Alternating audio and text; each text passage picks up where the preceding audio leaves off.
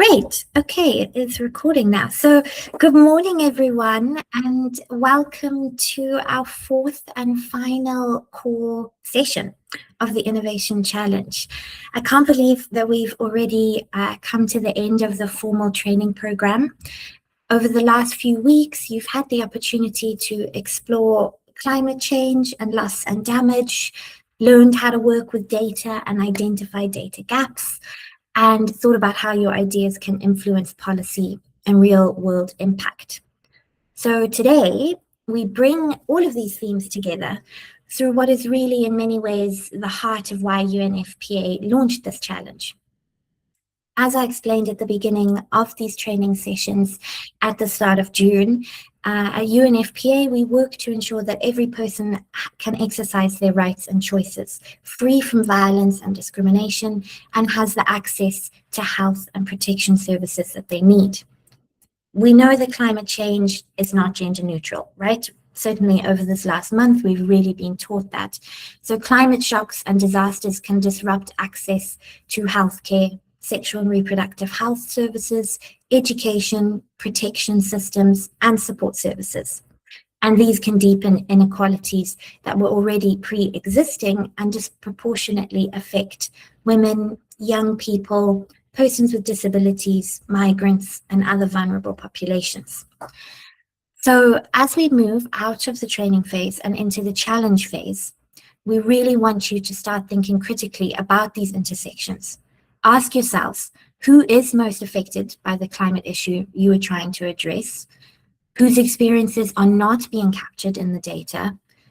How does this issue affect access to essential services and people's safety, well-being, and rights? These questions are incredibly important because, as we know, the most impactful innovations are not just about technology, they're about people. So from today's session, we will be delighted to be joined by two fantastic colleagues from UNFPA. On our first half of the session, you will hear from Ms. Titian-Rose Whittle. She is the Gender-Based Violence in Emergencies Coordinator for UNFPA in the Caribbean. Titian-Rose has over 15 years of experience advancing gender justice, humanitarian response, inclusive development across our region, and she leads UNFPA's work on gender-based violence in emergency. Her work really reminds us that resilience is not only about infrastructure and systems, but it's also about ensuring people's safety, their dignity, their rights, and all of that, particularly during crisis. That's the first half of the session. And now for the second half of the session, which will start at 11, we will be pleased to be joined by Mr. Chiagozie Udeh. He is the Program Specialist on Climate Adaptation and Innovation with UNFPA's East and Southern African Regional Office. Chiagozie leads and supports UNFPA's work on climate adaptation and has extensive experience in advancing the integration of sexual reproductive health, rights, gender equality, international climate policies, and planning processes. Together, Titian and Chiagozie will explore why gender, SRHR, protection, and vulnerability are essential considerations in climate resilience, and how you can integrate these perspectives into your own next wave ideas. As always, before we begin, I just have a few important reminders to make. The first one is the mentorship office hours. Please take advantage of these. The next one is next week, Tuesday, and then the final one is on Saturday, the 11th of July, which is right before your final deadline. So I suggest you take up those two opportunities as soon as you can, and don't forget to register for them as well. I would also encourage you to watch the additional pre-recorded training sessions. I sent you a message on the group chat. Those have been uploaded on the Event Tornado site under the training sessions section. There are two sessions, one on climate change and health, and one on data privacy, security, and responsible innovation. So those two will be really, really important as you go through your challenge proposal development. And then finally, the deadline is on the 12th of July. So that's a really important date. I hope you all have it penciled in. And just to remind you that all of the core reflection questions will have to have been submitted by the 12th as well in order for you to get 4 points for attendance. Now I've gone through the boring stuff. I will soon hand over to Titian, but I'd like to say thank you again for all of your commitment and engagement throughout the challenge and program. And we are really excited to see what happens in the next phase. Titian-Rose, over to you. I will start sharing your presentation. Okay, beautiful. Good morning, everyone. I am going to ask you all to turn your cameras on for 2 minutes so I can see your beautiful faces. I understand that we have people from all across the region. So please turn your cameras on. Let's say a quick hello before we get into the presentation. Okay, I hope everyone does turn on their cameras because that's always something I ask them to do at the end as well. So, and of course, because I cannot stay for the entire thing, it'll be a great opportunity to see some faces. Are we turning the cameras on, guys? I'm seeing a lot of note takers. There are a lot of faces. Surely someone is willing to turn on their camera, even if it's just to say a quick hello. Okay, if not, I'm also going to ask you to let me know where you're from, what countries, what parts of the region. Oh, I see a face. Yay, Tikia. Hi, good morning. Tikia, where are you listening from? Sorry, I didn't hear the question. So you're Trinidadian, I'm hearing the accent. Oh, yes, I am Trinidadian. I'm from Trinidad. Okay, beautiful. I just want to get a feel for the room, you know. Who else is in the room? Where else are you from, guys? Turn on the camera, say a quick hello, put in the chat, let me know what country. Hi, is this Naja? Nadia? Yes, Naja. Naja, that sounds like a Trini as well, but let me know if you're not. I am from Trinidad. Trinidad are representing. And we have persons from Grenada. We have persons from Jamaica in the room. Sophie, where else do we have persons coming from? We have people from St. Lucia, from Suriname, St. Kitts and Nevis. Oh my goodness. Jamaica. I've been to Suriname. I've not been to St. Kitts. Tanisha, where are you from, Tanisha? Turn your cameras on, my dear. Let me see your face. Tanisha is also a Trini, if I'm not mistaken. You said it well. Okay. We have St. Kitts. Who else? Do we have anyone from Grenada in the room? We have a Grenada applicant, but I don't know if he's here. We have someone from Jamaica in the room. Yes. Hi, good morning, Tanisha, St. Kitts. Sorry, I can't. Okay, no problem, but you're from St. Kitts, you're in the room. Beautiful. Okay, guys, so you can turn your cameras off. I will potentially turn mine off as well because of the bandwidth. But this morning, it is my absolute pleasure to be here with you this morning. I've been doing this work for a very long time. I started off doing work around gender and poverty eradication. I would have done some training in Senegal in West Africa, where I would have learned about female genital mutilation, which is so far removed from our context in the Caribbean, but it was critical. It was a changing point for me when I understood some of the practices that unfortunately young girls were being subject to. And that really sort of built and crafted my desire to do work in gender-based violence, specifically in emergency situations. Just a brief background. I work at UNFPA, and I work throughout our region. We work in the English and Dutch-speaking Caribbean. I support the offices in Jamaica, Grenada, Suriname, Guyana, Barbados. So if I've forgotten anybody else, you let me know. And also, I am part of the UN CARICOM Rapid Needs Assessment Team. So for example, if there is a hurricane, and I'm hoping there isn't any for this year, I generally get deployed within the first to the third day that a natural disaster has happened. I will be deployed to the country to go into the shelters to do an assessment looking at the safety of the women and the children in the shelters. So that is a bit of the work that I do. And this is the lens that I used when I was building this presentation for you. Okay, so of course, we're going to look at GBV, sexual and reproductive health, and of course, how all of these can be impacted by climate change. Sophie, I know you said to me that they have had meetings where they've kind of gone through what climate change is. I'm not going to spend a lot of time on that, but we will just briefly review what it is and get into it. Okay, so we're going to start. This is a video. You can click, Sophie. Thank you.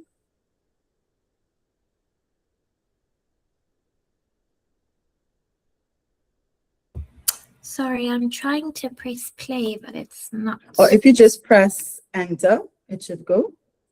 Okay. Is it? I know it worked earlier. Yeah, beautiful. Okay. So have a look. Let me know if you recognize what is being shown in this video. Does this look familiar to anyone? Do you have an idea of what this is? Just put it in the chat, or you can turn your mics on for us and respond.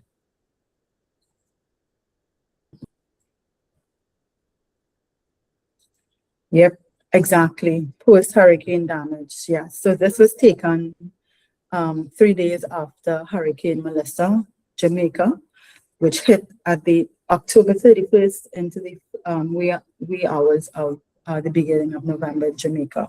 And this specific video was taken in Black River. I know you all would have seen the videos about the devastation and damage that happened in Black River, but unfortunately also issues around protecting the needs of the most vulnerable was something that came up. So let us go into the next slide, Sophie. In it, I wanted to map out for you what our roadmap is, grounded in just some lived reality. So we've seen that video from Jamaica. We see the post-hurricane damage. Systems are stripped away, structures are stripped away. So we look at, in our session, what is climate change, a brief review. We look at climate change through the lens of it being a multiplier. And then we look at some of the linkages to GBV, sexual and reproductive health, and then what is UNFPA doing? And then what can you, as youth in the room, who are unfortunately some of the most impacted by climate change, what can you do to respond? Let's go to the next slide. Thank you. I'm going to turn my video off now, guys, just to deal with the bandwidth. So what we see in the definition of climate change, we see that it's long-term shifts in temperatures and weather patterns across the earth. While these shifts can happen naturally, since the 1800s, unfortunately, a lot of climate change is due to human activity. The impact of climate change is that with these disruptions of weather systems, we get, of course, extreme weather, we have droughts, heat waves, wildfire, rising sea levels, and ultimately the human being pays the cost. Let's look at that video, Sophie. Next slide. A brief review of what climate change is. Climate change, or global warming, is something we hear about all the time. But what exactly is warming our planet? And how will it impact our Earth and the life that calls it home?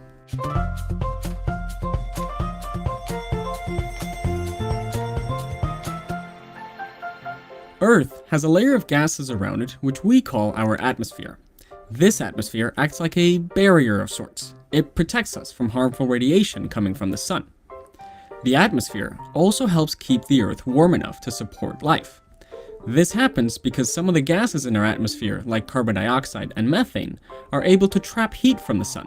These are called greenhouse gases. A greenhouse works by trapping the light from the sun inside of a glass cage. This can provide warm temperatures for the plants inside during the cold winter months.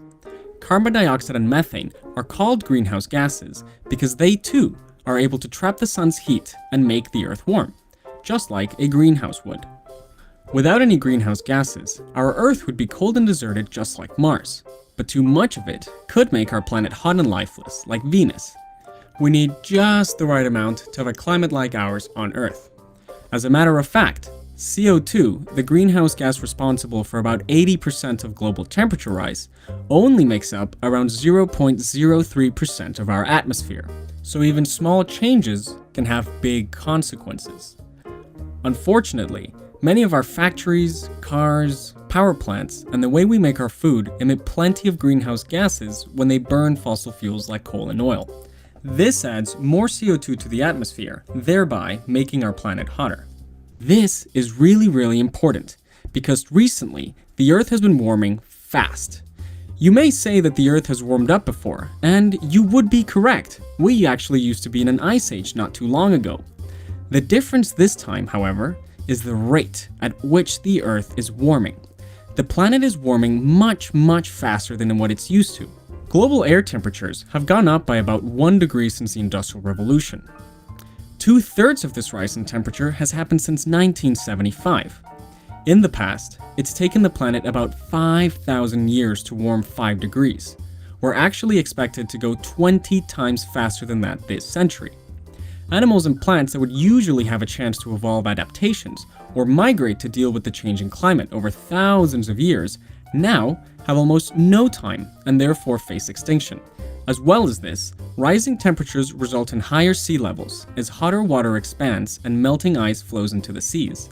A warmer climate will also lead to more extreme weather events such as intense hurricanes and longer droughts. Climate change is a global problem that will need everyone's help to fix. We'll be creating more videos like this that talk about solutions.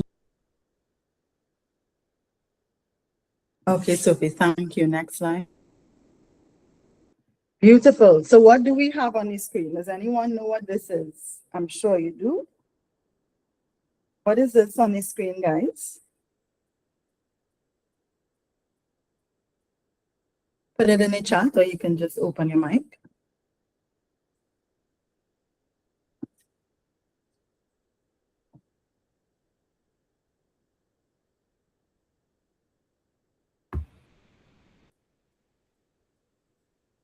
I think it's a pressure cooker, if I'm allowed to answer. You are absolutely correct. And yes, it is a pressure cooker. I think everybody in the room knows what this is. And everybody knows that this is not something that you just walk up to. You touch and you take the cover off and everything is fine. No, you have to wait, turn it off. And even when you turn the pressure cooker off, you have to wait until it cools down, because if you open it before it cools down, it can explode. Yes, we all agree. If you all agree with that, give me thumbs up, give me some emojis, so I know that we all understood. So we know this pressure cooker is not something we want to rip the cover off. We have to wait for it to cool down. And why did I use the analogy of a pressure cooker? Well, we look at climate change as a type of a pressure cooker. You know, a pressure cooker, it traps steam. You know, in it you have basic ingredients. You know, you have whatever you're cooking. You might cook pilau. If you're from the Caribbean, you may know what pilau is. Or you might cook rice and peas. And in it, you have different ingredients, which on their own, they're okay. They're stable enough. But when you turn that heat up, the pressure builds rapidly. And we see climate change as that external heat source. While it does not create some of the internal issues, if you have issues, for example, resource scarcity, global insecurity, poverty, all of those things, unfortunately, are impacted when we have high rises in temperature, when we have, of course, global warming and those incidences pushing the entire system to explode. And this is why we call or we define climate change as a pressure cooker. It is a threat multiplier. It's something that exacerbates or worsens existing issues, existing vulnerabilities that may exist before the particular crisis has happened. Okay, so we see that while it does not directly cause gender-based violence on its own, it unfortunately creates an environment where, let's say we have an immediate onset emergency. So you have a hurricane, you have flooding, etc. We have breaking down of systems, we have the most vulnerable becoming even more vulnerable, we have chaos, confusion, protection systems are no longer there, so you can't get supported by the police, for example, or if you needed to get persons who providing services around gender-based violence and protection there, you cannot reach them due to the immediate crisis. So of course, the climate change worsens some of those existing issues. And one of the other things that happens with climate change is that it increases the severity of violence because of this compounding instability. We see also as a result of climate change, and I'm thinking about its impact on the rapid onset disasters. You have mass displacement, mass movement of peoples, moving from one location that is now damaged and destroyed to a more safer location. But even in that route towards safety, there can be a lot of damage. There can be a lot of issues around security and vulnerability. We see as well one of the issues with a rapid onset emergency, a lot of issues around psychosocial stress, and we see social breakdown. And that is one of the issues that has come to the fore when we are responding to issues around GBV and emergencies brought on by the impact of climate change. So we go to the next slide, and in it, it's just a brief definition of what gender-based violence is. And it's an umbrella term to describe any harmful act or the threat of the act that is perpetrated against a person's will based on socially ascribed gender differences and expectations around how a person should encounter their gender. Let's go to the next slide. I wanted to show you what were some of the basic typical forms of gender-based violence that we have in the Caribbean region. We have this physical violence, sexual violence, psychological violence, economic, domestic violence, which is abuse within the home. And then we also have on the rise now technology facilitated GBV, which a lot of you would understand, which would be around the lines of digital harassment, cyber stalking, etc. I have one thing that I want to ask you before we move on. Does everyone know what economic violence is per se? You have an idea of what that might be? Most of the times people are familiar with the others, but do we understand what economic violence is?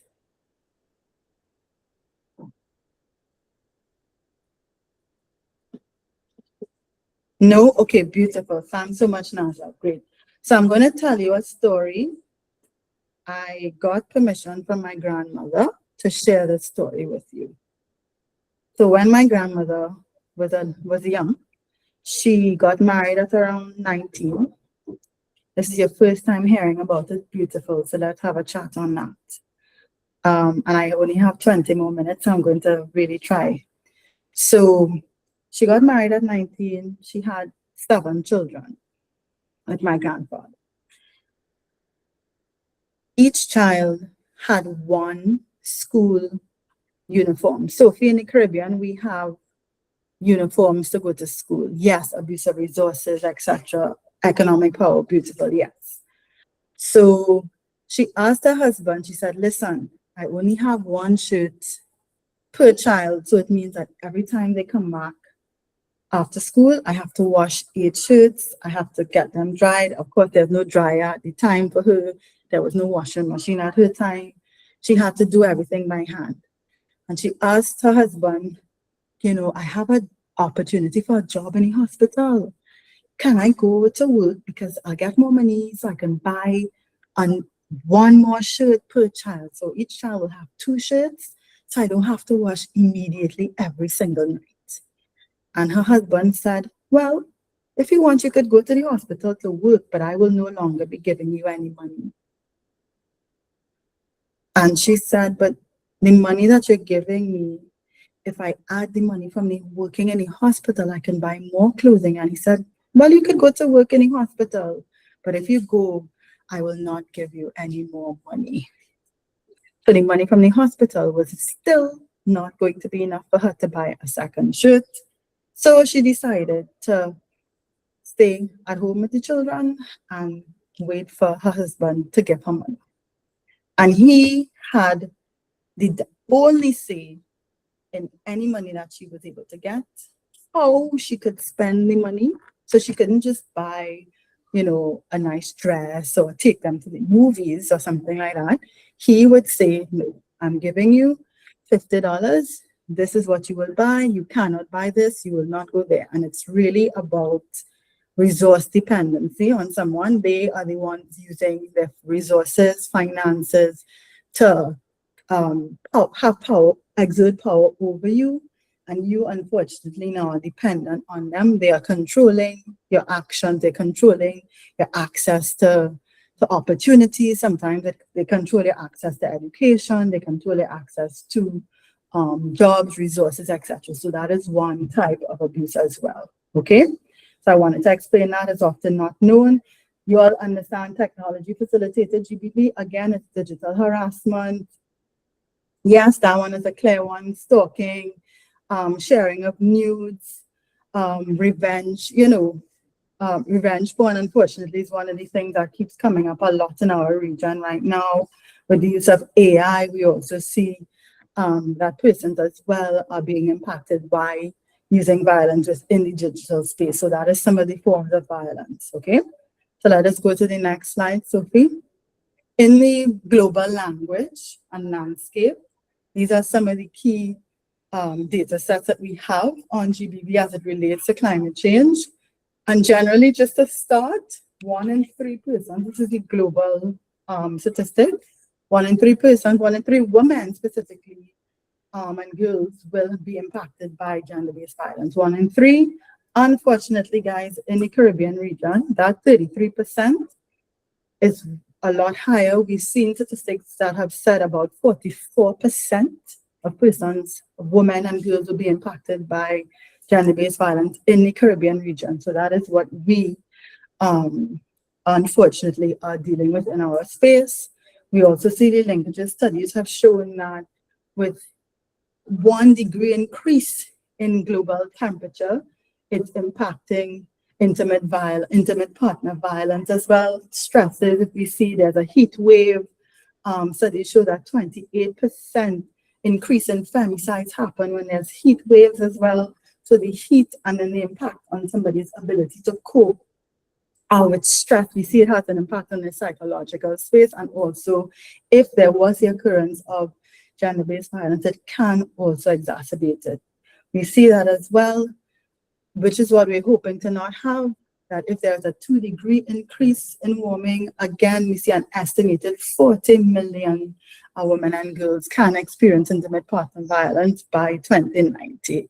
It seems far away, but if we already look at the data and we see that the world is heating up, and 2 degrees heating up is not something that is impossible. Unfortunately, we are fast approaching that number, and we see that can also have an impact on gender-based violence. Let us look at the next slide, please. Okay, great. So these are the things that we see in our region and space. And then we have child marriage there. It's not something that happens in our region, but I still wanted to put it there because child marriage, unfortunately, is one of the things that is impacted by a climate crisis.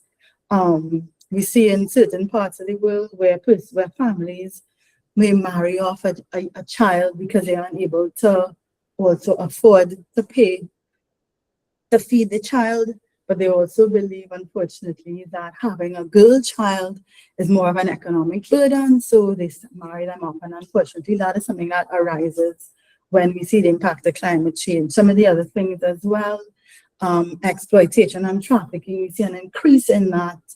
In instances of climate crises, we see vulnerabilities increasing and persons becoming more susceptible to exploitation and sexual exploitation specifically, and transactional sex. Because if you are in a situation, for example, where you do not have access to food, or you have someone who is exploiting your vulnerability, what does that mean?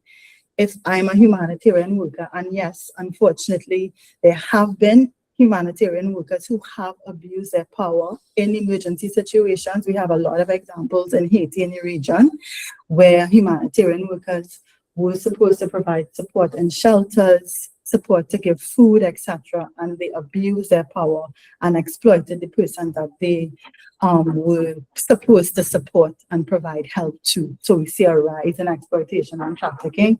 And then some of the issues as well, access to health services, shelters, etc. All of those things can become limited within that climate crisis. Let's go to the next slide.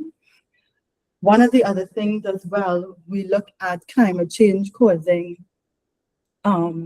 displacement, and we see that 80% of the persons who are displaced by the climate crisis, by that flooding, by etc., are women and children. And we see in the shelters that are supposed to provide support, the shelters that are supposed to shelter and to protect, we see that even in those shelters, if they are not properly planned, if there is no gender responsive activity in terms of how the shelter is laid out, we see that there is an increase in GBV, or if it's not an increase in gender-based violence, we still see an increase in risk when it comes to your personal safety in the space, okay? And that is one of the things that we keep sort of battling with in the Caribbean region. When I went to the shelter in Grenada, the way in which it was set up was a bit complicated, and we will see that in a few slides down. Let's go to the next slide, Sophie. Great. So who would be the most at risk? So we've already seen women and girls and children are most impacted by gender-based violence, but then we want to think about the ways in which some of the compounding vulnerabilities that we may have may be impacted or exacerbated or may increase when we have a situation of a climate crisis. So persons with disabilities as well may be more at risk. We see, for example, there's an early warning system that happens. You may get a text on your phone. You may get, there'll be a news report saying, listen, impending danger, get ready, etc. But if that reporting is not, or the messaging does not include the needs of someone with a disability, they can be left behind. They can, not get the information in a timely manner. If someone is in a wheelchair, how are they going to, of course, also get easy access to shelter that is not even set up to welcome them in that way? If someone is blind, if someone is deaf, do we have persons who are providing support when the food distributions are happening, when evacuation is happening, to be able to sign, explain to the person, we're moving you. Do you have any immediate needs? How can we help? If we do not have the ability to communicate in a language that they are able to understand, and when they communicate to us that we are able to get information from them, that is something that is critical that we need to also incorporate into our response. So it should be gender responsive, but also our response should also take into account the needs of persons with disabilities. So we can craft that as well into our response when we're looking at emergencies. We see LGBTQ youth as well becoming more vulnerable within an emergency, because if before that emergency, they would have, unfortunately, depending on your context, they face discrimination. And in an emergency space, they can be forced to be in shelters where they face further discrimination. And how are we going to ensure that they find safety and security in the shelter? When we were in Jamaica doing the rapid assessment, we had to do work with the NGOs in Jamaica to get the true information on the LGBT youth in Jamaica, because they were afraid to come to the shelters for support. They thought that if they came forward, they would face some sort of, chastisement or even danger in a shelter. So they prefer to remain isolated. They prefer to remain in broken down structures with no water, no electricity, no safety, because they felt at the very least, even if I'm by myself, at least I'm not in a shelter where I can face some sort of harm. So that is one of the things we have to think about. Adolescent girls, and I also should have put children there, so I will update this slide before I share it with you. Adolescent girls face issues of heightened issues around potential for sexual exploitation. We spoke about child marriage. When we looked at the Caribbean region as well, in the post-disaster response, we saw that adolescent boys as well, they were taking them out of schools because parents wanted them to help rebuild the space and prepare the house, etc. So the boys as well were also not going back to school. So they are also impacted. And then again, as adults, sometimes we do not respect the voice, the space that children occupy, and we try to exert power over them. And especially in an emergency response, we see again that their vulnerabilities heighten. Sophie, we can go to the next slide. Okay. One of the other risks as well within a crisis, in an emergency, we see sexual and reproductive health concerns on the rise. This is a very complicated one, and it is often, along with gender-based violence, it's often not streamlined into programming. So if you have an emergency response plan, oftentimes persons do not include a gender responsive lens. They also do not include ways around ensuring protection and the prevention of GBV in spaces and in their activity, and also oftentimes needs around sexual and reproductive health are forgotten. If you have an emergency response plan and you have one of the main things, generally access to basic needs, right? So your food, your shelter, water, those are like the basic needs. And then when people start thinking about health, they forget that a woman who's pregnant in an emergency needs to get support. We need to have the systems in place for them. You do not have to be a medical practitioner in a shelter, but at the very least, you have to be able to make a referral where possible to ensure that the pregnant woman or the lactating mother can get access to resources. If someone, for example, is HIV positive, in that emergency response, do we have access to their treatment? Is there a way that we can ensure that those persons can get access to their medical services? Because if they do not, that is something that can impact all of us in this space. We see as well maternal factors, so extreme heat directly increases baseline preterm labor and stillbirth risk. So that's one of the unfortunate impacts that are happening as well. If we're not prepared, we see higher maternal deaths and also stillbirth risk. Also, we saw this happening when I was leaving Jamaica. There were issues around leptospirosis. There was dengue as well, breaking out, and all of these things, not only an impact on pregnancy complications, but just the wider society as well. We are all impacted by some of these medical concerns that happened within that hurricane or in an emergency space. Again, one of the biggest things that happens in an emergency as well is that we have damaged clinics. You're unable to get access to the space, the roads are blocked. Unfortunately, persons who have been victims of sexual violence, they are not able to get support. So how can we also provide support to them in that emergency response? Sophie, we can move forward. We'll go forward. You can go.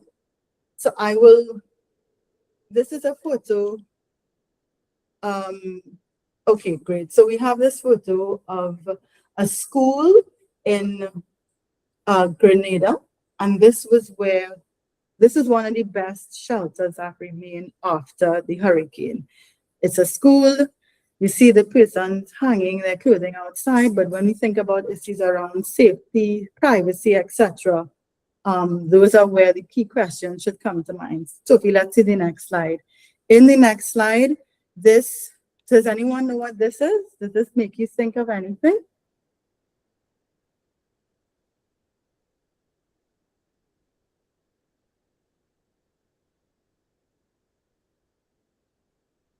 What are you seeing in the picture, guys?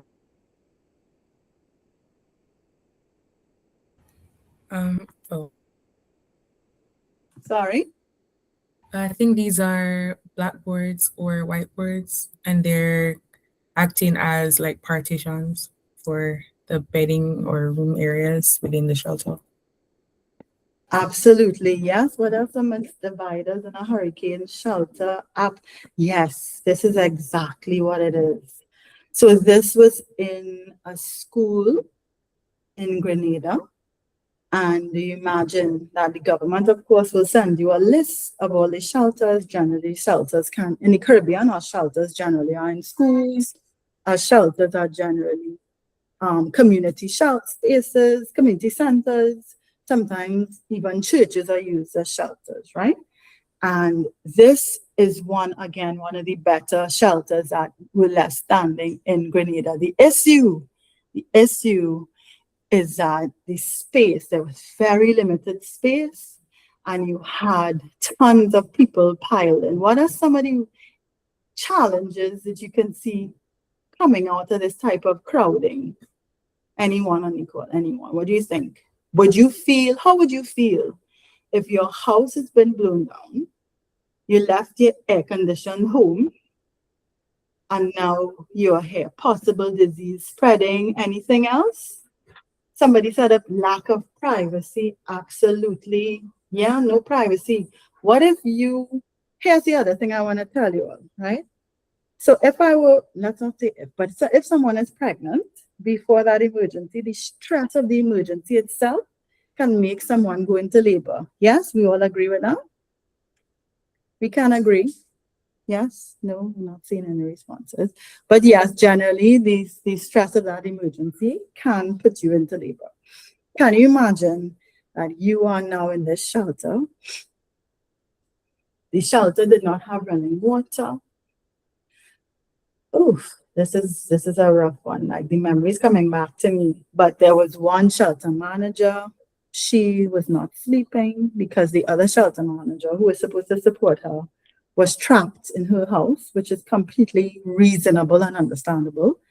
They have one shelter manager, a woman, who is there 24/7.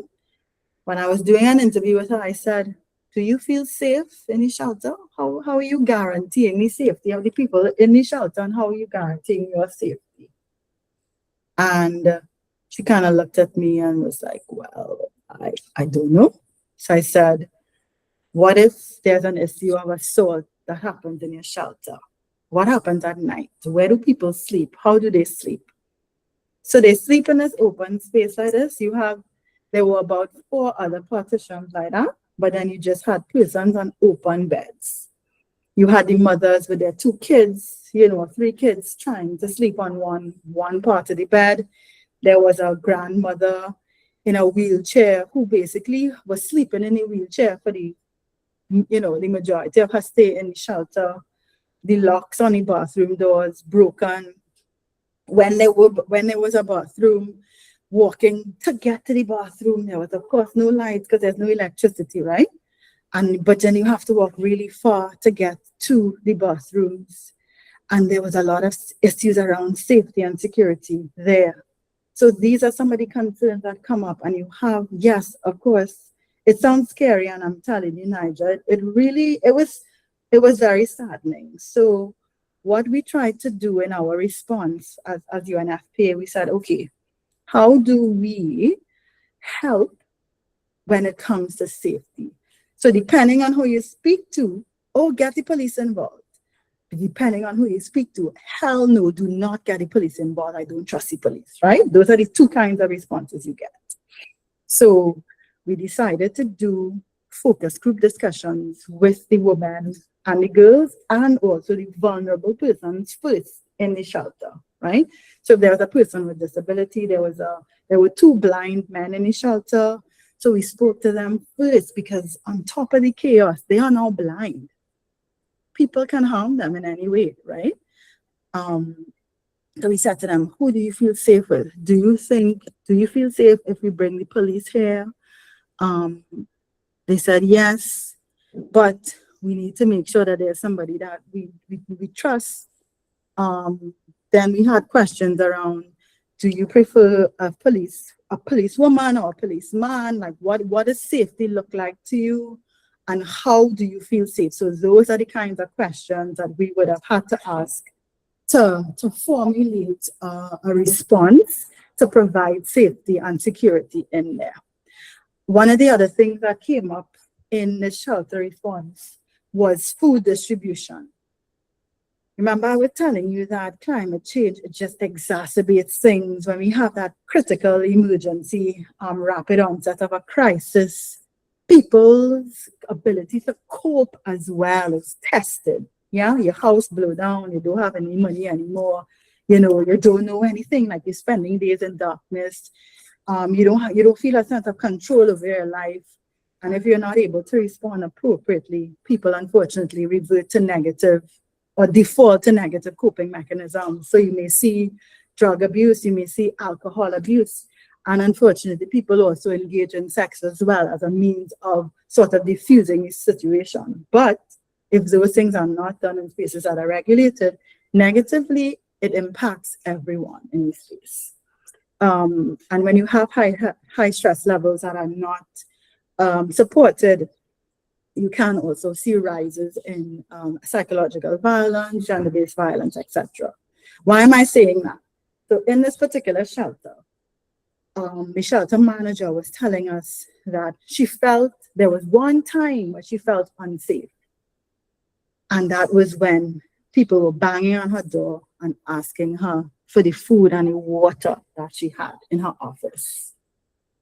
And she said that day she realized that she could potentially be in danger because people wanted water. And we had to devise a system to let the persons in the shelter, and they're just people like you and me, right?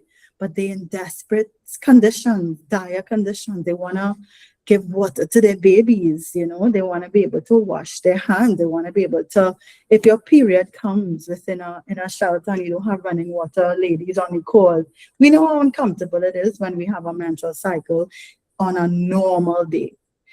Can you imagine having to deal with that within a shelter, no running water, the toilets are not working, you don't have access to sanitary napkins, you're having stomach pains, you don't have access to medication, that all of these things come up in an emergency and they're not specifically prioritized, and these increase someone's vulnerability, because now if you need to have access to your sanitary napkins, some persons may face some sort of exploitation because they need to get, if someone is trying to exploit them, it's a space in which it can be done because you want to get access to those products. So UNFPA, one of the things that we do as well is that we provide dignity kits, which are hygiene kits with sanitary napkins and pads, so that you are not caught in a situation where you're just desperate to get a hygiene, product. That is something that we try to avoid, because even something that you may see as minor as that, in an emergency, it can be a major challenge, a major setback, and a major source of exploitation when a woman is trying to ensure her dignity.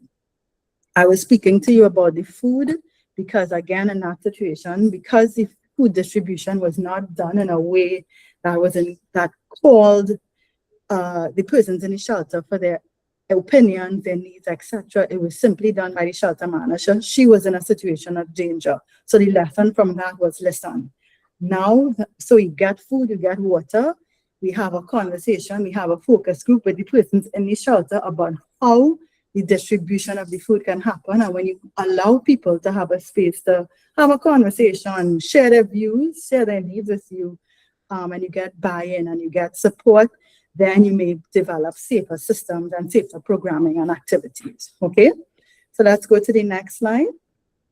Hurricane barrel. So this is just me putting our dignity kits on the port. We just pack them up to, of course, send them across the Carriacou and Grenada. I've already spoken to you about the privacy issues and also issues around transactional exploitation and sex, and what some of the persons unfortunately do in dire situations when they need to get access to food, products, hygiene products, and basic services. So let's move on. All right, let us look at this one. It's a video from Hurricane Beryl in St. Vincent, and this woman is telling us what are some of the issues that she faces within that response. So let's go. This is Jilanice Pompey, one of the thousands of Hurricane Beryl's victims now forced to occupy a shelter after the Category 4 hurricane destroyed her home. She recalls the terrifying experience. If it's in the night, me and the kids, them, me go dead inside the house. Because when I dey in the house, I see the plywood, the first part of the plywood just raise off. So I try to hold it. I just grab a book bag, make sure I get his pampers, his wipes, 2 outfits, and then I run up my mom. And this boy so smart, you know, he lay down just like this and hung me up tight, he don't even raise up the head. And I creep up my mommy house, and they watching my house getting blown away. The mother of 3 says she's unsure of her next steps. You ain't comfortable, but you have to make yourself comfortable because you do at the time you don't have no way. So we make this our home for now until further notice. Pompey said she was unable to salvage anything, leaving with nothing but the clothes on her back. So right now I'm in need of everything. Baby want pampers and stuff like that. She's in desperate need of assistance, but hoping to rebuild. Reporting from Kingstown, St. Vincent and the Grenadines, Crystal Hoyt, CBC News. Okay, I wanted to show this video again. Most impacted women, children, and we saw the persons with intersecting vulnerabilities as well. Minor things that we may not think of become critical in an emergency situation. And if a person wishes to exploit your vulnerability, they can, if we do not do sufficient preparation and ensure that our response targets the needs of the most vulnerable. So it's critical for the work that we do as humanitarian workers to think about the human side of the response. How do we ensure that we support a person's dignity in a very complex situation? Okay, let us go to the next slide. I wanted to show you, I have to wrap up. I have 5 more minutes, but this is a map of Jamaica. I know everyone would have seen the images coming out of Hurricane Melissa. We saw how Black Rock would have been impacted, devastated.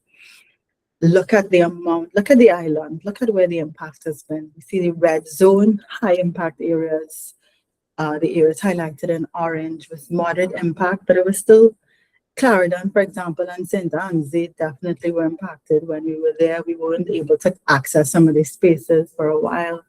And then we saw also some of the more minor impacted spaces, but generally, it really was a complicated space, and ensuring that we protected the needs of the most vulnerable was something that we are still grappling with from our side. So let's go to the next slide. One of the issues around that hurricane response, we see that if someone before a hurricane was already in a situation of domestic violence, we see that domestic violence and gender-based violence is often underreported because people are afraid to come forward. Sometimes they come forward and they make a report to the police and they are not treated with care. You make a report to the police and there's victim blaming. Why did you go there? What were you wearing? What did you do to cause that to happen?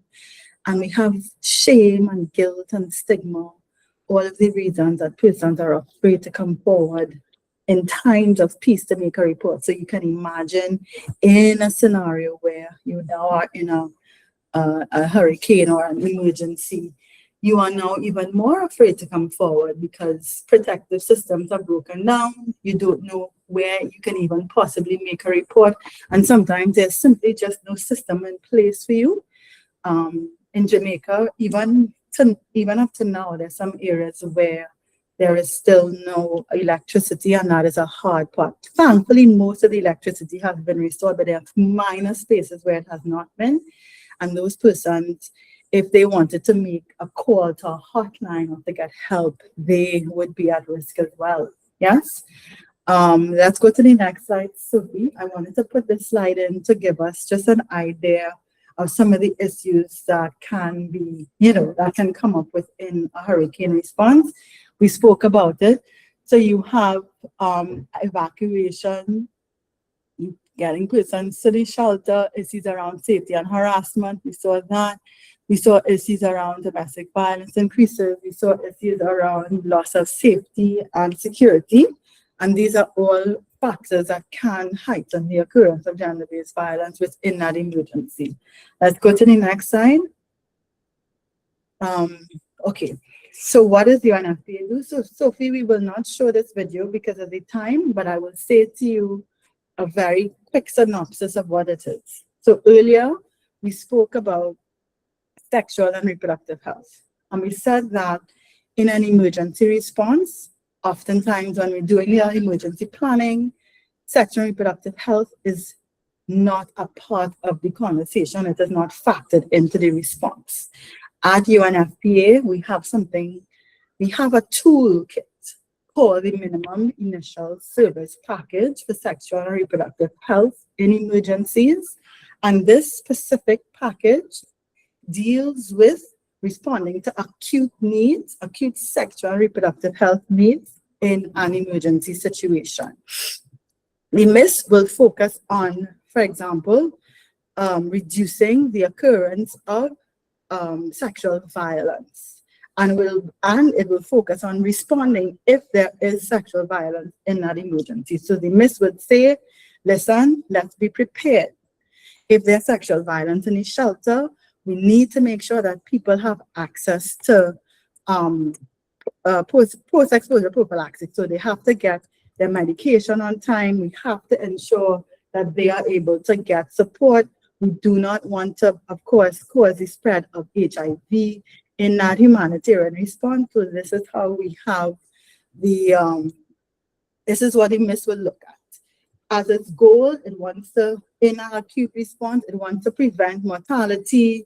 It wants to, of course, prevent disability in that crisis, because unfortunately, depending on the situation of their sexual violence, that can also lead to disability. That can also lead to the transmission of HIV and STDs. The MIS also looks at ensuring that we have, a way in which we can reduce neonatal deaths. It also looks at ensuring that we can provide clear guidelines to get persons to get services for their needs. So for example, if someone is raped, unfortunately, yes, rape happens in emergencies. If you are raped in that response, how can we ensure that you get care? Because you have a 72-hour window to get critical medication that can prevent the spread of STI and HIV. The MIS also looks at that.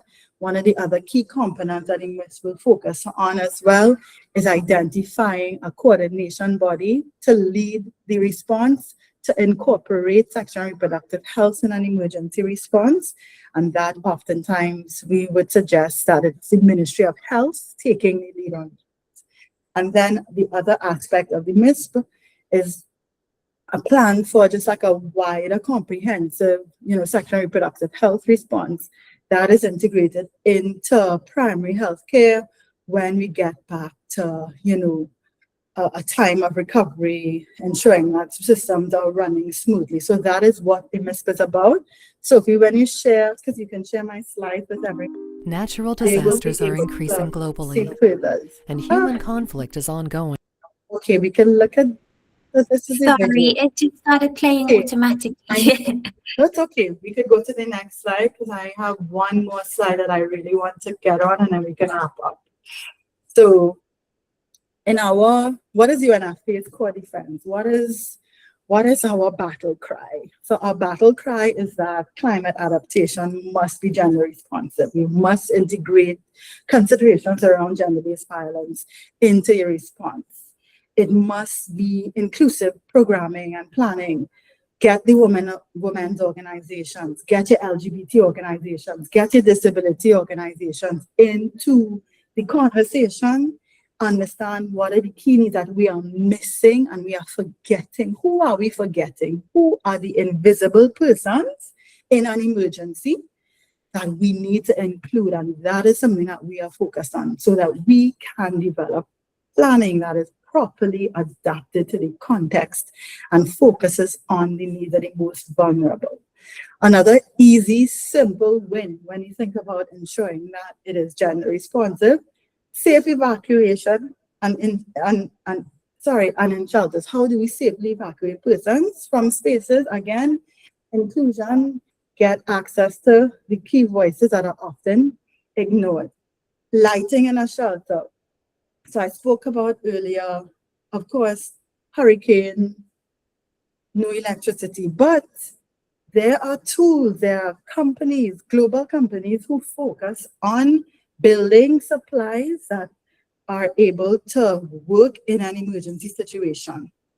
There are issues, what am I trying to say? So for example, if you've ever heard of Starlink, that was we were able to use in Jamaica. There was no Wi-Fi, but with the emergency response, we were able to come with a Starlink, and it provided Wi-Fi for the area that we were in. There were companies that came that were able to airlift lighting supplies that would last for about 3 days lit, so you could put those types of lights in the shelters as well. One of the things as well we looked at is safe sanitation. So do we have opportunities where we could put locks on the doors, or when we are designing access to just the facilities and sanitation, how do we make sure that we're not putting a bathroom 10 meters down the road in the darkness, in the bush somewhere, because unfortunately that happens. But how can we ensure safety and security in that as well? Again, minor but major impact. Securing sleeping arrangements. This is a complicated thing in a shelter, because unfortunately you have some shelters where they will not allow men in there, but generally the idea is that you want families to stay together. But in an emergency situation, space is a critical issue. So then you want to have conversations around what are some of these things that we can do to ensure that we can provide safety, security, privacy. And then one of the other things that we do at UNFPA as well is we really advocate for reporting systems. So it can be something as simple as a box, where a complaint box, so you can anonymously say, at night people have been coming into the shelter and I'm afraid I've had to pack boxes up on my door so that they don't come into the space at night, because these are real things. I'm not making it up, right? Those are real things that have happened in that emergency response. So if you have a reporting mechanism, then we're able to say, my goodness, this is what's happening. How do we get some protective measures in place in the shelter? So you want to have also reporting mechanisms. These reporting mechanisms can be low resource mechanisms, as I said, just a simple box, or it can be, you decided that when we're doing the distribution of sanitary napkins, that is an opportunity to get feedback as well from persons on the safety within the space and within the wider response. So those are some of the key things that we do on our end. And then if we go to this is the last slide I will do, Sophie. How can you use your voice? So of course, the idea behind this entire next wave would be you as a use of using your voice. And as a youth, you are the most impacted. When I look at these stats on it, 15 to 24, most impacted by climate crises. And then we have 24 to, I think, 45. But the persons in your room, you all are most impacted, and you all have an opportunity to shape policy and to shape change. One of the things that we could suggest is very simple advocacy campaigns around climate action, but also climate action that incorporates gender responsive, framing, climate action that speaks to risk around gender-based violence in an emergency, access to sexual and reproductive health in an emergency. Those are often ignored. Those are often invisible in the response, and these are the things that you can do. Also, we have an opportunity to use art. I'm a big fan of using art as activism, so you build that into your awareness response. Another thing that we look at as well is using your local networks, your regional networks. So everyone is on this call. Sophie, I hope that there's some sort of networking that opportunity, if there's a group chat, if there's an email thread, if there's a community of practice that can come out of Next Wave. So we have the technical guidance that we can provide to persons beyond Next Wave, and you can take it back to your communities and carry forward some of the awareness raising. And then we have, again, joint climate action groups, or you can really want to create certain climate action groups in your communities, take it back to your universities, take it back to your schools, take it back to any of your community groups, share the information that we would have spoken to you and shared with you about over the past few weeks. So everyone, this is where I have to wrap up now. It was a pleasure to be here with you. Sophie, if you could put the last slide, they can see my email address.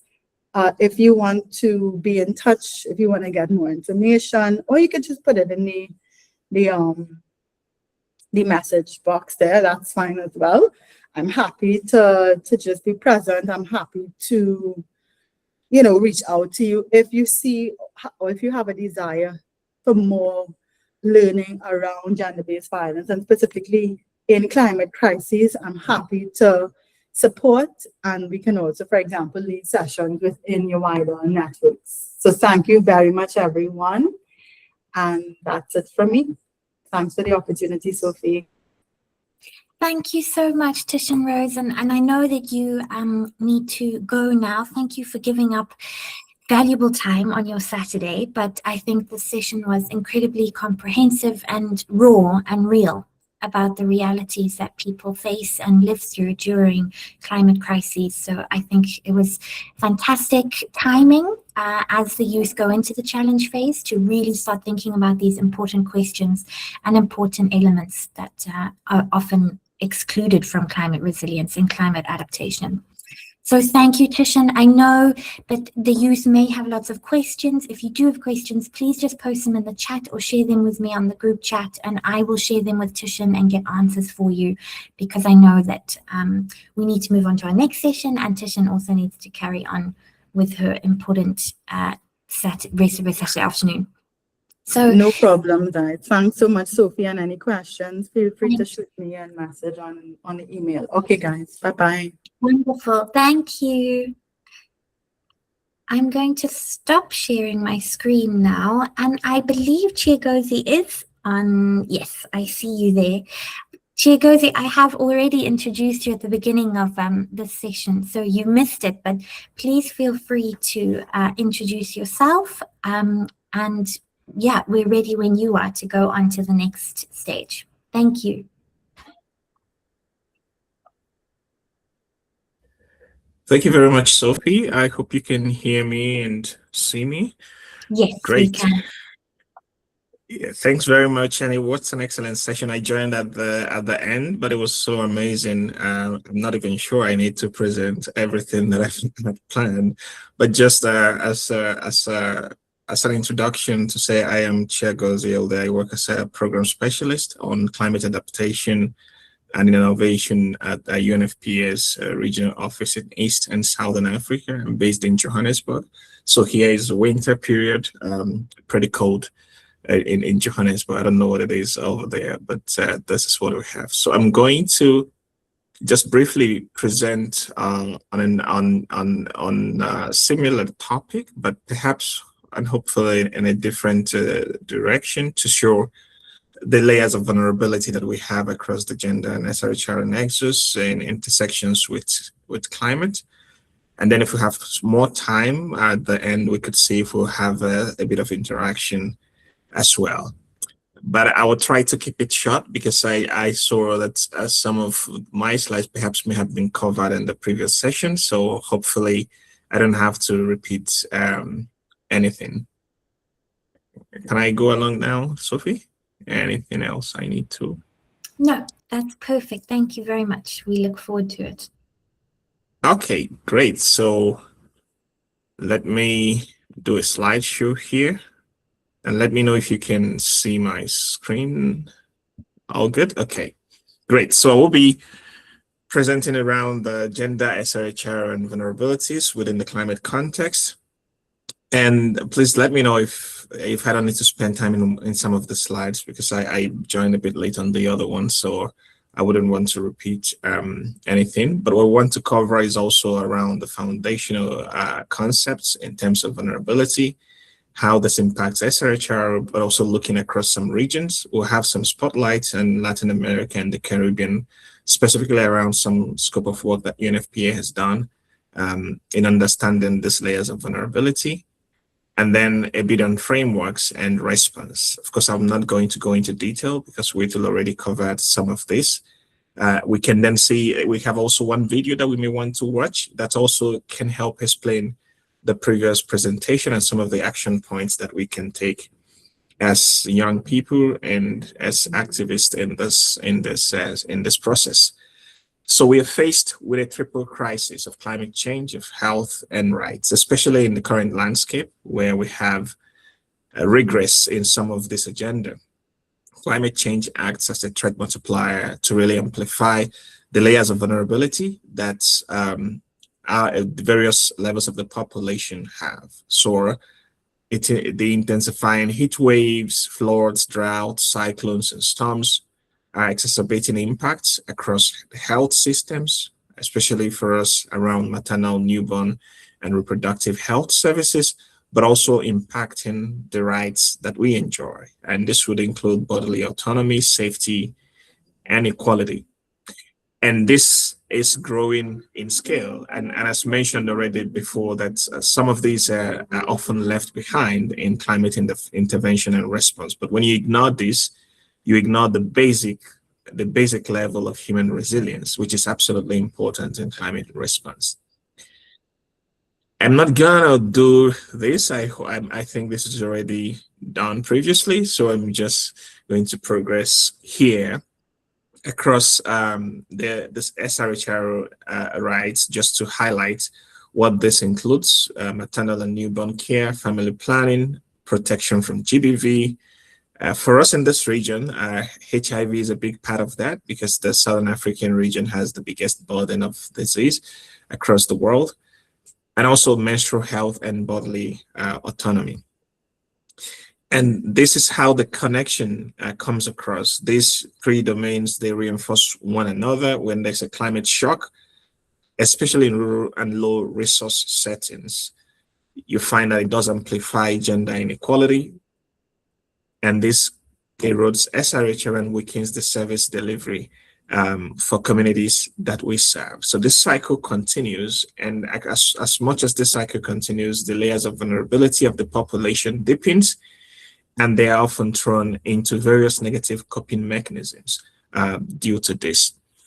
In most of these communities, women and girls are the hardest hit for many reasons that are beyond biological. There's a disproportionate harm that follows the traditional social norms, unequal power balance, and pre-existing barriers. In some of these places, women and girls do not have rights to own lands, and when there's a loss of livelihood owing to climate-induced impact, they lose their means of income and are then forced into a compounding crisis that sometimes would force them into harmful coping mechanisms. There is unequal access, as mentioned. There's compounding identity that includes age, poverty, disability, ethnicity, and displacement. There's also exclusion from decision making, and when you are not on the table of decision making, then some of your priorities will not be included in the plan. And also there is also the increase in care, unpaid care work and resource labor that is also not accounted for in some of the plans that we have. In numbers, we have 80% of people displaced by climate change are estimated to be women and girls. 158 million more women and girls could be pushed to poverty by 2050 in a worst case scenario, while 232 million more women and girls could face food insecurity by 2050 under the same scenario. These are real numbers, and there are human beings behind these numbers. In terms of maternal health, we know from increasing research that a degree centigrade rise in the week of delivery is linked to a 6% greater likelihood of stillbirth. We also know that climate-induced shocks such as flooding has led to losses of approximately 100,000 pregnancies across 33 countries in Africa, Asia, and Latin America. And all of this also have seen the contributions of heat stress that raises the risk of stillbirth, preterm birth, and low birth weight. But also heat stress has led to disruptions in health facilities and clinics, sometimes even forcing clinics to shut down. In a number of countries in the region where we operate, we've seen clinics shut down for several weeks owing to increased heat, and also schools the same. I think we are seeing increasing numbers of school shutdowns across many countries due to extreme heat situations. There's also the damage of facilities, power and water cuts that interrupt safe delivery and obstetric care. I think this is absolutely important when you do not have safe water, but also the electricity supply to be able to take care of delivery, then it becomes very complicated. There's increasing disruption of services and of family planning. We've done a vulnerability assessment, climate vulnerability assessment that integrates SRHR, GBV, and harmful practices in its assessment. And we've seen, especially in a place like Madagascar, where we have done one of our last studies, we saw results like the one you're seeing on the screen, where we saw climate change, especially cyclones and drought, contributing to 36% reduction in family planning access, 34% reduction in on-site childbirth, that's 2% reduction in antenatal care, and 38% reduction in access to HIV and STI services. And with this, you have that 14 million women could lose access to contraception over the next decade due to climate-driven displacement. And the projected knock-on effects is about 6.2 million unintended pregnancies and around 5,800 maternal deaths. These are real losses, and this constitutes what we call in climate terms non-economic loss and damage. Losses and damages that are very difficult to quantify, but are at the very core of people-centered climate impact and action. With gender-based violence, I'm sure you've been told this already, but also there's an increased risk of GBV. From the studies we've done in sub-Saharan Africa, the projection is a tripling of the cases of intimate partner violence, which is a subset of GBV. We are looking at a temperature projection of 4 degrees centigrade, that if we get to this temperature, we are likely to see a three times increase of IPV from 48 million on a base year of 2015 to about 140 million by 2060. And this is exactly what we don't want to see. In terms of displacement, 40% of disaster-driven displacement in 2023 occurred in countries that are already highly vulnerable to climate change, but also are the least prepared to respond. In these cases, care is left behind and people are fleeing, and there's a break in access to services and continuity of service, both for antenatal care, for contraceptive, and for HIV care. There's also a weakened protection mechanism. The shelters and the transit routes are exposed to violence, and the population that use them are exposed to violence and exploitation. I think it was already mentioned earlier that this really drastically strips women and girls of privacy in many spaces, but also of dignity. Around menstrual health and wash and dignity is the same story. When there's this disruption, you lose access to water and sanitation, especially in the low resource and rural settings. The floods, droughts, they damage or contaminate the facilities that are essential for adequate menstrual hygiene management. There's also the part of missing school and loss of income. I think I mentioned this earlier when I spoke about extreme heat, but also it has multiple cascading effects. Sometimes the floods is displacing learning centers, especially in rural places, destroying bridges that could allow such access. And when young people, especially girls, are missing school hours and are staying at home, or are now going to market or going to fetch firewood, there's increased risk of sexual and gender-based violence.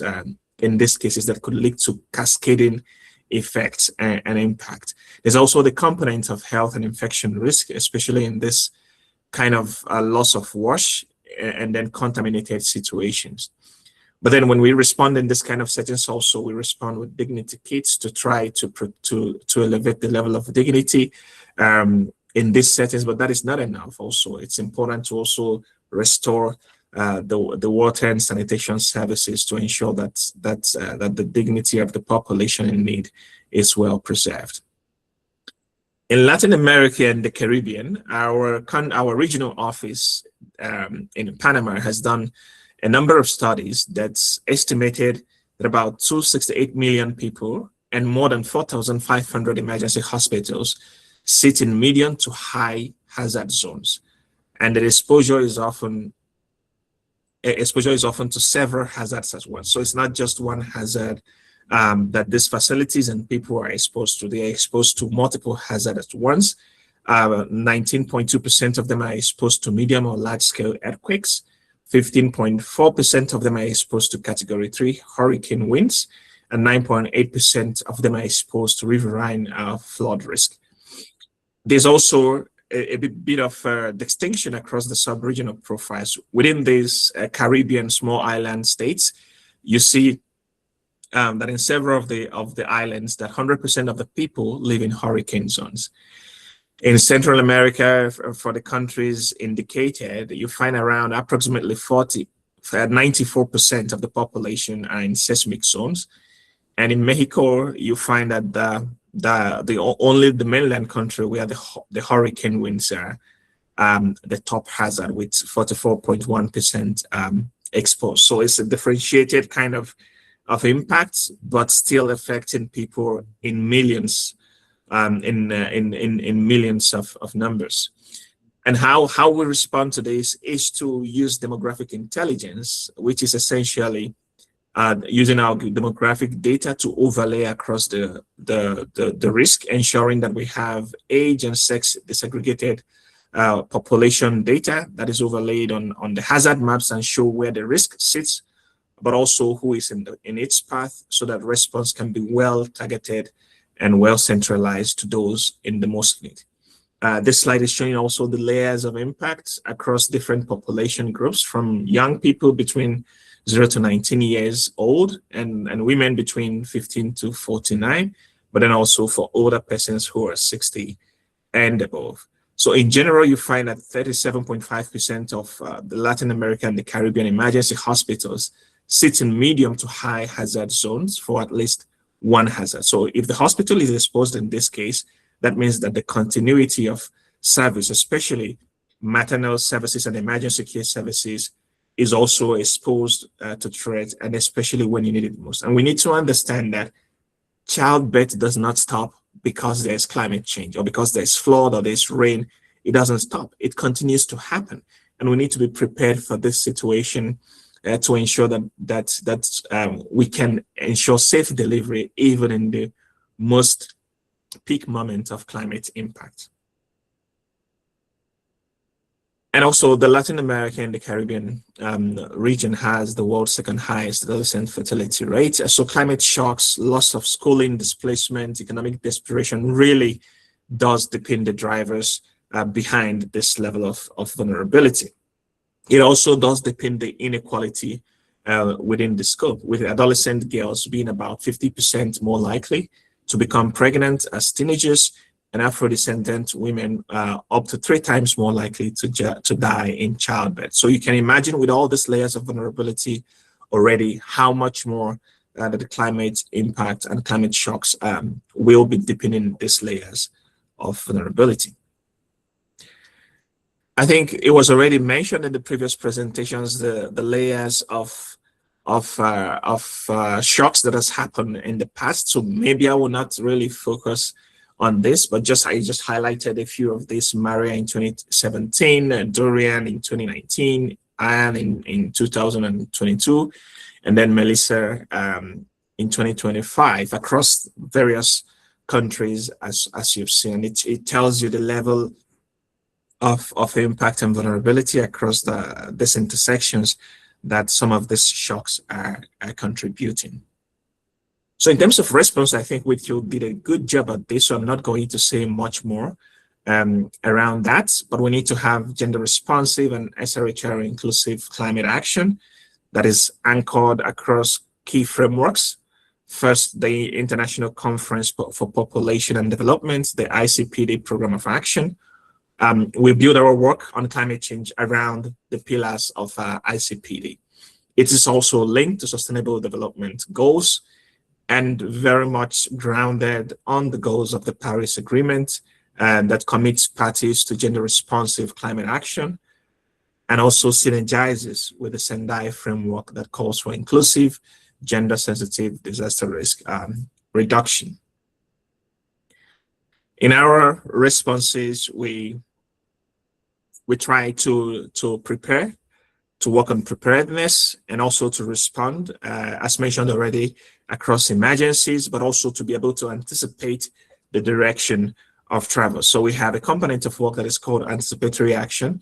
This ensures that we use early warning systems to anticipate what climate shocks would come. For example, I'm sure you're probably aware of the El Nino that is being forecasted. It's already started in some parts of the world and will continue to get stronger into next year. And now we're already working on how to respond to that, to make sure that we minimize to the extent possible the impact on population. We are working really hard to generate evidence, to use our demographic intelligence, to ensure that there is disaggregated data that supports the government to be more targeted in its response, but also absolutely important to shape policy. We work with a lot of young people to review the nationally determined contributions, the National Adaptation Plan, to ensure that they contribute to this process, that they are also mentioned in this document in a substantive way, but also that they make comments about how they feel reflected in this document. We're also working on empowering women leadership, young people, and community-led resilience, and also working with our partners to deliver this across places where possible. I think it was already mentioned around MISP in the previous presentation, so I'm not going to dwell on this, but it's a very important component in our preparedness and emergency response. I cannot overemphasize the importance of ensuring that this intersection is captured in climate policy. From our previous review, and I need to perhaps explain, in the climate space, there's a document called the Nationally Determined Contributions. It's the NDC. The NDC is the voluntary document that governments who have signed up to the Paris Agreement submit to the UN Climate Change Convention as their roadmap to achieving the Paris Agreement. So every country, almost every country, I would say, have a nationally determined contributions. You are supposed to submit it every 5 years. So at the moment, some countries are still submitting their NDC, the third cycle of their NDC, and we are supporting countries in this submission. I'm going to put a link on the chat so you can see our previous review of the NDC and see how to engage in that process. I'll highly encourage you to check if your country is working on their NDC and see how you can engage in that process to make sure that the youth section and the SRHR or health sections are very robust and they are covering this intersection. In the last study we did, we found that only 38 out of 119 countries covered this intersection. Some of them integrated SRHR, especially maternal health, the others GBV. Only one of them covered child marriage. Some of them, I think about 3 or 4 of them covered HIV and AIDS. So we have a global study of this, but also a regional one of Latin America and the Caribbean that would be useful for you to see how the policy, what the policy is saying and what your countries are saying and how they can improve in their current NDC, especially for those that have not submitted. I could also help you to know where to check which ones have submitted or not and how to engage your government or your country in this process. I think it was also mentioned earlier what a gender responsive action looks like, but just to reiterate, it means disaggregated data to understand the people behind the numbers, but the differences between the people and their layers of vulnerability, to protect SRHR in every phase of emergency of climate shock, to ensure we maintain the continuity of services, to ensure that women are in strong position of decision-making positions, to ensure very inclusive policy-making process that addresses the needs of all aspects of the population. We must climate-proof our health systems to ensure they are resilient to climate shocks.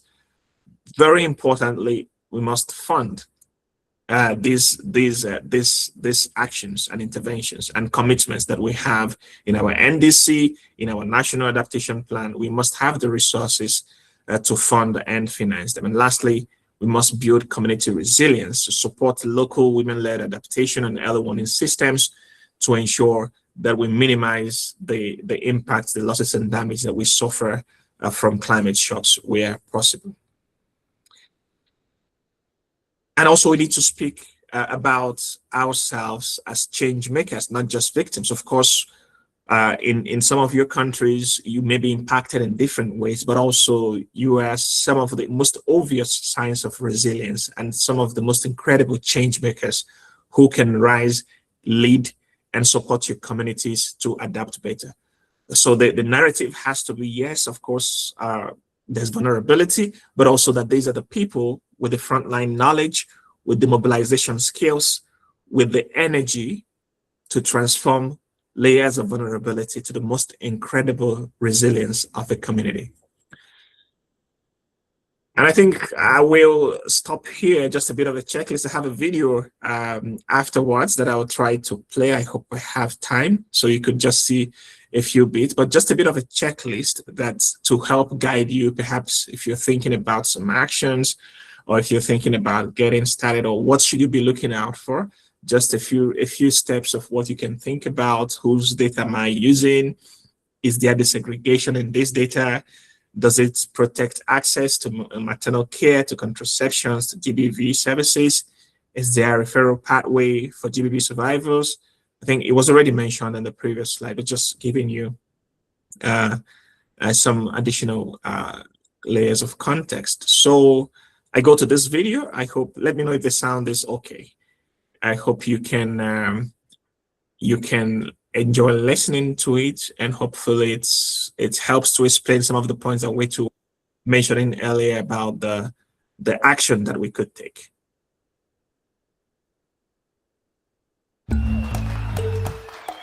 Fellow students, Africans, humankind, I am here today to encourage all of you to join the new climate club, YAK.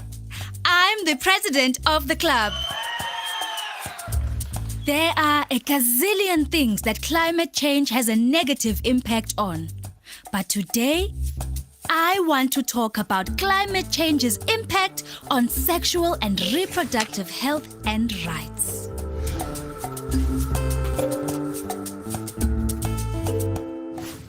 You might not think they even belong in the same sentence. But climate change and sexual and reproductive health and rights are actually deeply connected. See, human activities like burning fossil fuels, corporate deforestation, and a whole ton of others are increasing the amount of carbon dioxide in the atmosphere, making the planet hotter and messing with natural Earth systems. This causes melting ice caps, rising sea levels, droughts, and other extreme weather events. And extreme weather events cause humanitarian crises. They disrupt health services and education and increase poverty, vulnerability, and inequality. Worst of all, it's those who have the least impact on the environment who are most affected by climate change. Like this girl. She has to fetch firewood every morning before school.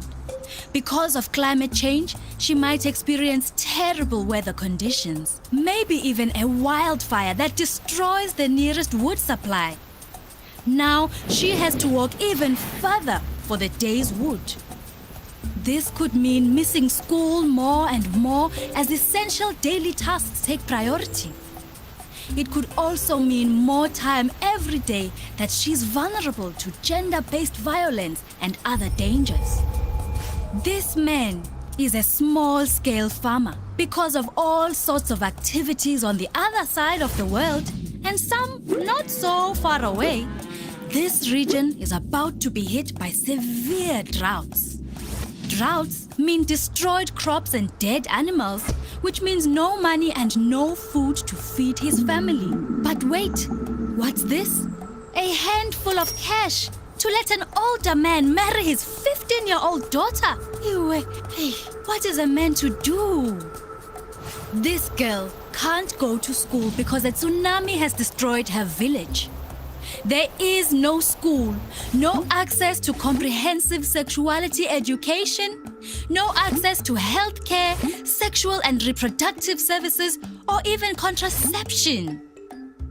She's more vulnerable than ever to gender-based violence, HIV infection, and unintended pregnancy.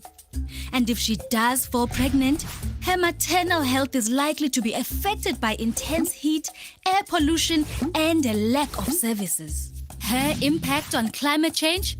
Practically zero. Climate change's impact on her? Immeasurable. Climate change is one of the most pressing global issues, and everyone has a role to play. So what can you do?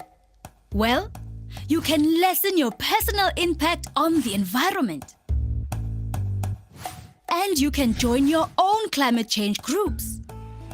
We are going to pressure our leaders and demand change so that we, the youth, are protected and have access to sexual and reproductive health services and rights. Who's with me? Thanks for joining me. Do watch out for me with more upcoming videos to support the cause.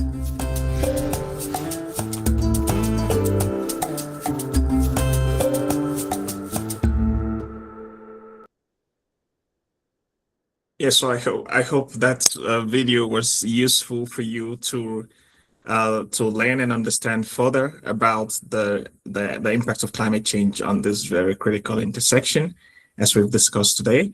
I'm not sure if we have time to do all of this, but I will leave you with the slides, and you can use it to practice later in your small groups to ask these questions: where is the risk? Who is most exposed? What is the one concrete step we can take as a group of young people or as a group of students to make some real change in our communities, in our countries, in our localities? Because every change that we make at a global level starts from local actions that we take.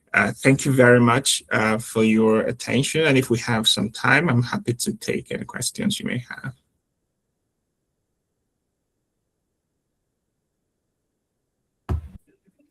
Thank you very much, Chiagozie, for such an insightful and overarching presentation. I think it was perfectly timed after Titian-Rose's more sort of in-depth, specific Caribbean context, and to give this sort of wider framework of UNFPA's mandate, but also of the important messages that come from it. So thank you.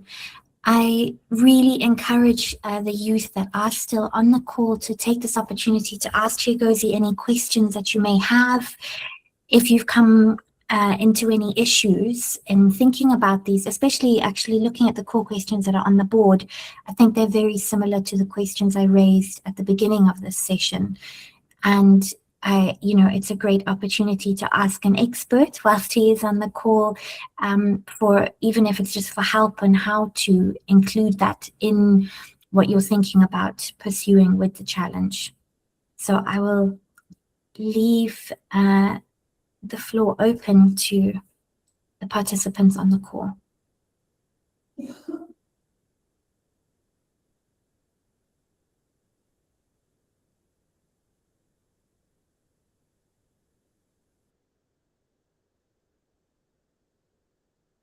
I saw Gamal. I think I saw you unmute for a second. Was that because you had a question?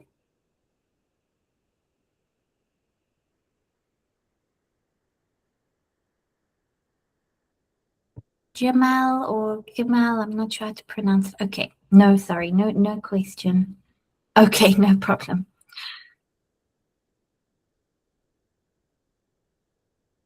Perfect. Nadia, I see that you have your hand up. Hi, no, I have a question, but it's a private one. So I just wanted to know if I could have his contact to ask the question. Yes, for sure. I can put my email in the chat. Okay, thank you so much.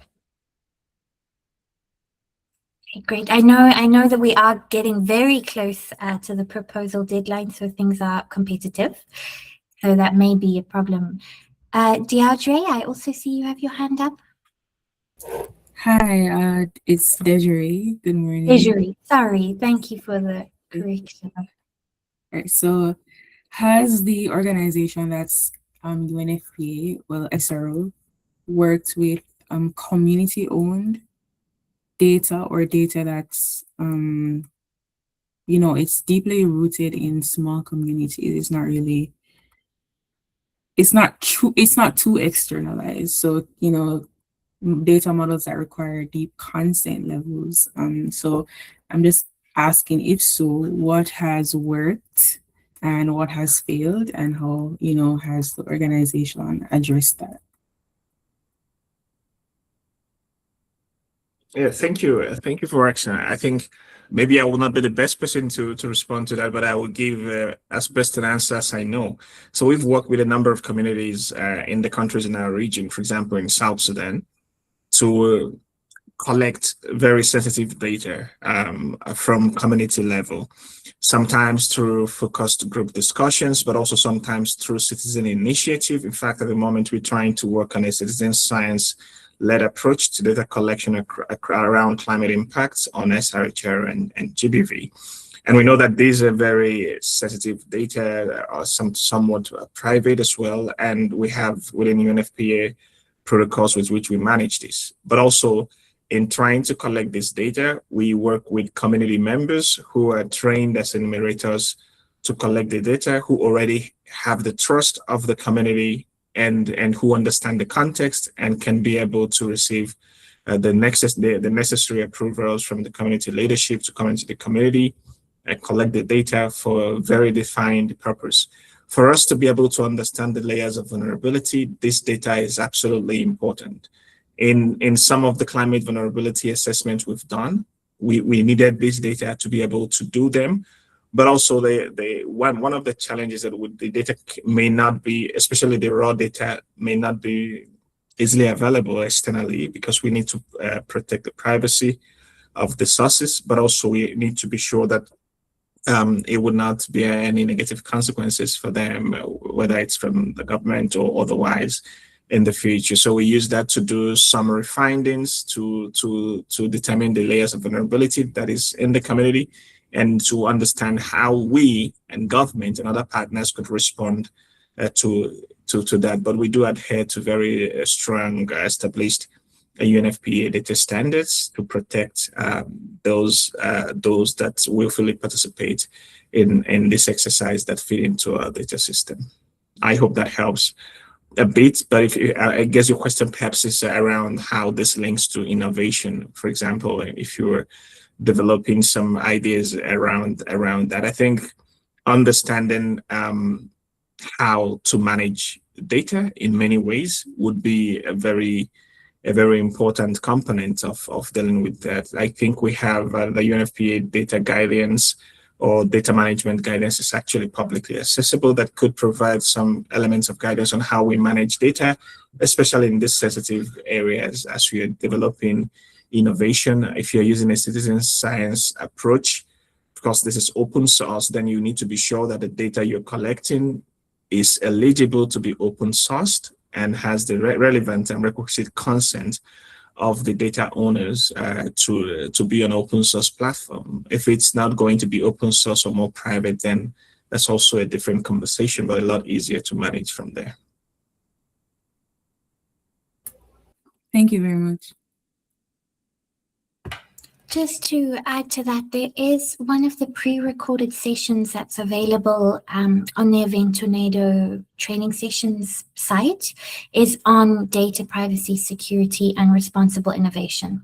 So I think linked to what you were discussing, Chiagozie, this is from some of the UNFPA team in Nairobi who pre-recorded the session, and I think it would be really helpful for everybody to watch it, especially as you go into the challenge phase.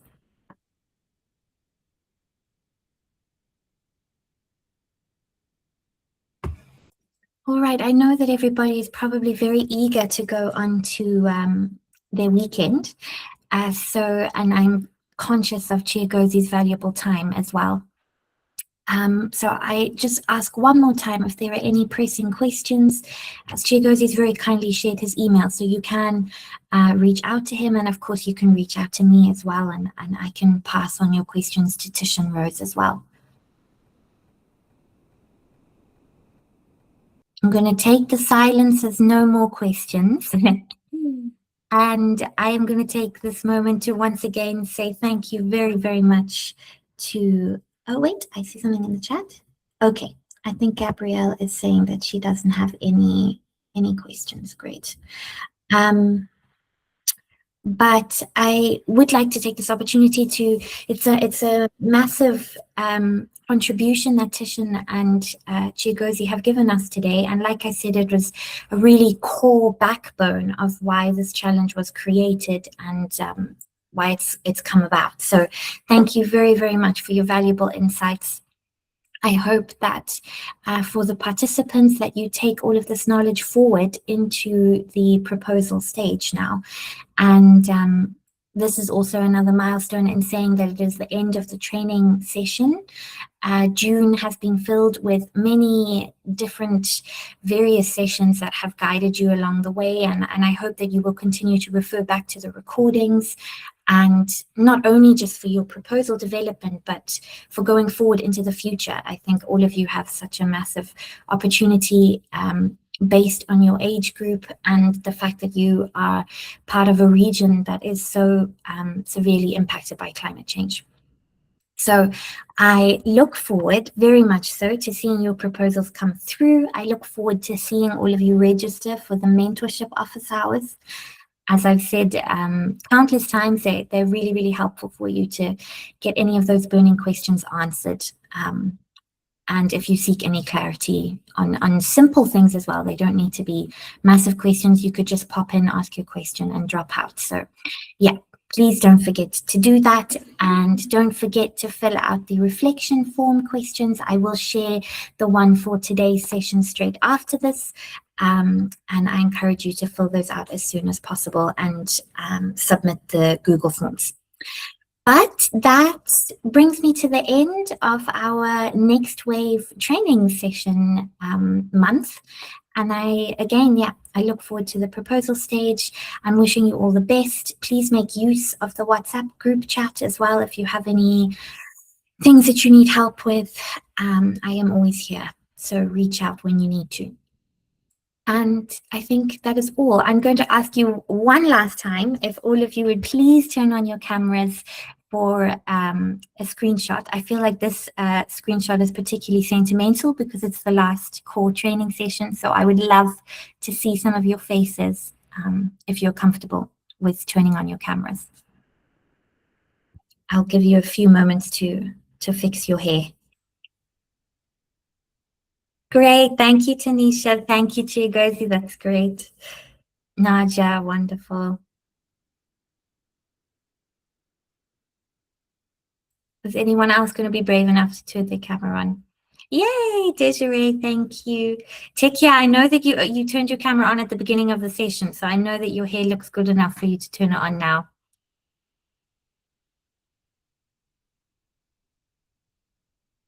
And I've probably really put you on the spot, so if you're not comfortable, that's also okay. Okay, I'm going to count down. Everybody smile.